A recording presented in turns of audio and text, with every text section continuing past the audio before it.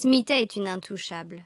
Mariée à un chasseur de rats, elle nettoie à main nue les latrines de son village, comme le faisait sa mère. Son rêve, voir sa fille échapper à la tradition et apprendre à lire. Cécile.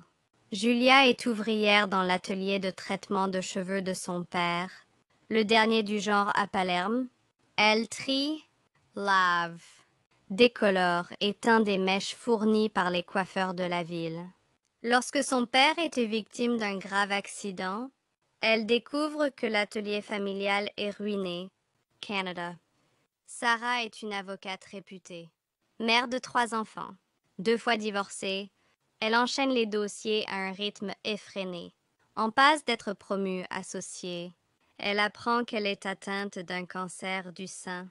On dit parfois que la vie ne tient qu'à un fil. Et si la leur tenait à leur chevelure? 3 destins de femmes que tout éloigne sauf l'essentiel, leur exigence de liberté. Comme on porte une croix, un fardeau honteux. Ce panier, c'est son calvaire. Une malédiction, une punition. Quelque chose qu'elle a dû faire dans une vie antérieure. Il faut payer, expier. Après tout, cette vie n'a pas plus d'importance que les précédentes, ni les suivantes. C'est juste une vie parmi les autres, disait sa mère. C'est ainsi. C'est la sienne. C'est son dharma, son devoir, sa place dans le monde. Un métier qui se transmet de mère en fille depuis des générations. Scavenger, en anglais le terme signifie extracteur.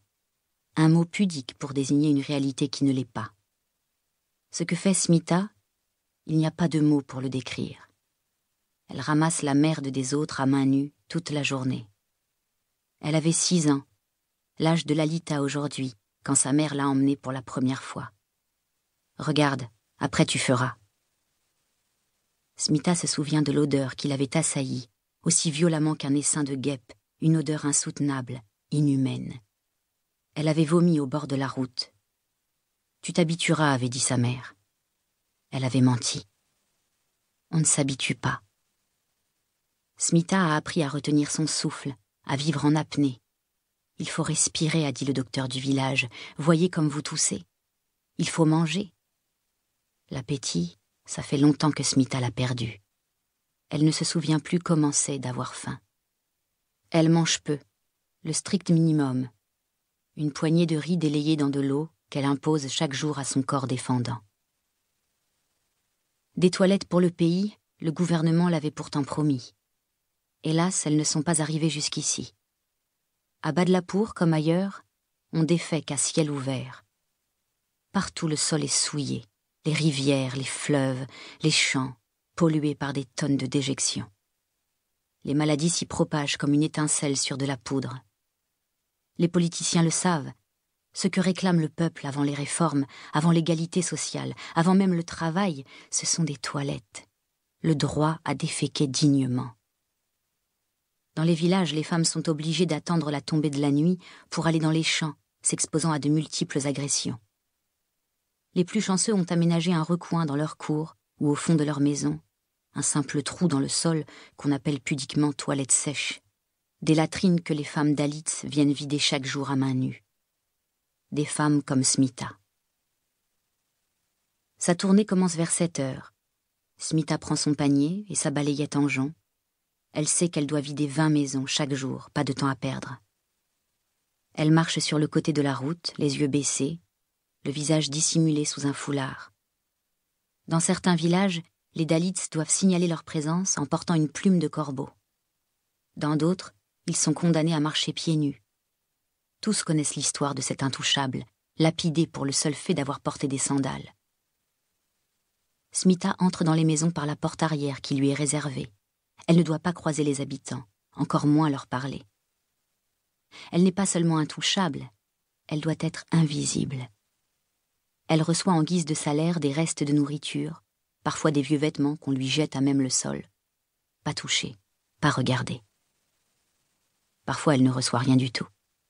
Une famille de Jats ne lui donne plus rien depuis des mois. Smita a voulu arrêter, elle l'a dit un soir à Nagarajan, elle n'y retournera pas, ils n'ont qu'à nettoyer leur merde eux-mêmes. Mais Nagarajan a pris peur. Si Smita n'y va plus, ils seront chassés. Ils n'ont pas de terre à eux. Les Jats viendront incendier leur cahute. Elle sait de quoi ils sont capables. On te coupera les 2 jambes, avait-il dit à l'un des leurs. On a retrouvé l'homme, démembré et brûlé à l'acide dans le champ d'à côté. Oui, Smita sait de quoi les Jats sont capables. Alors elle y retourne le lendemain. Mais ce matin n'est pas un jour comme les autres. Smita a pris une décision qui s'est imposée à elle comme une évidence. Sa fille ira à l'école. Elle a eu du mal à convaincre Nagarajan. À quoi bon, disait-il? Elle saura peut-être lire et écrire, mais personne ici ne lui donnera du travail. On est videur de toilettes et on le reste jusqu'à sa mort. C'est un héritage, un cercle dont personne ne peut sortir. Un karma. Smita n'a pas cédé. Elle en a reparlé le lendemain, le jour d'après et les suivants. Elle refuse d'emmener Lalita en tournée avec elle. Elle ne lui montrera pas les gestes des videurs de toilettes. Elle ne verra pas sa fille vomir dans le fossé comme sa mère avant elle, non. Je m'abonne pour découvrir les prochains livres. J'aime. Je laisse mon avis. Et je partage la vidéo.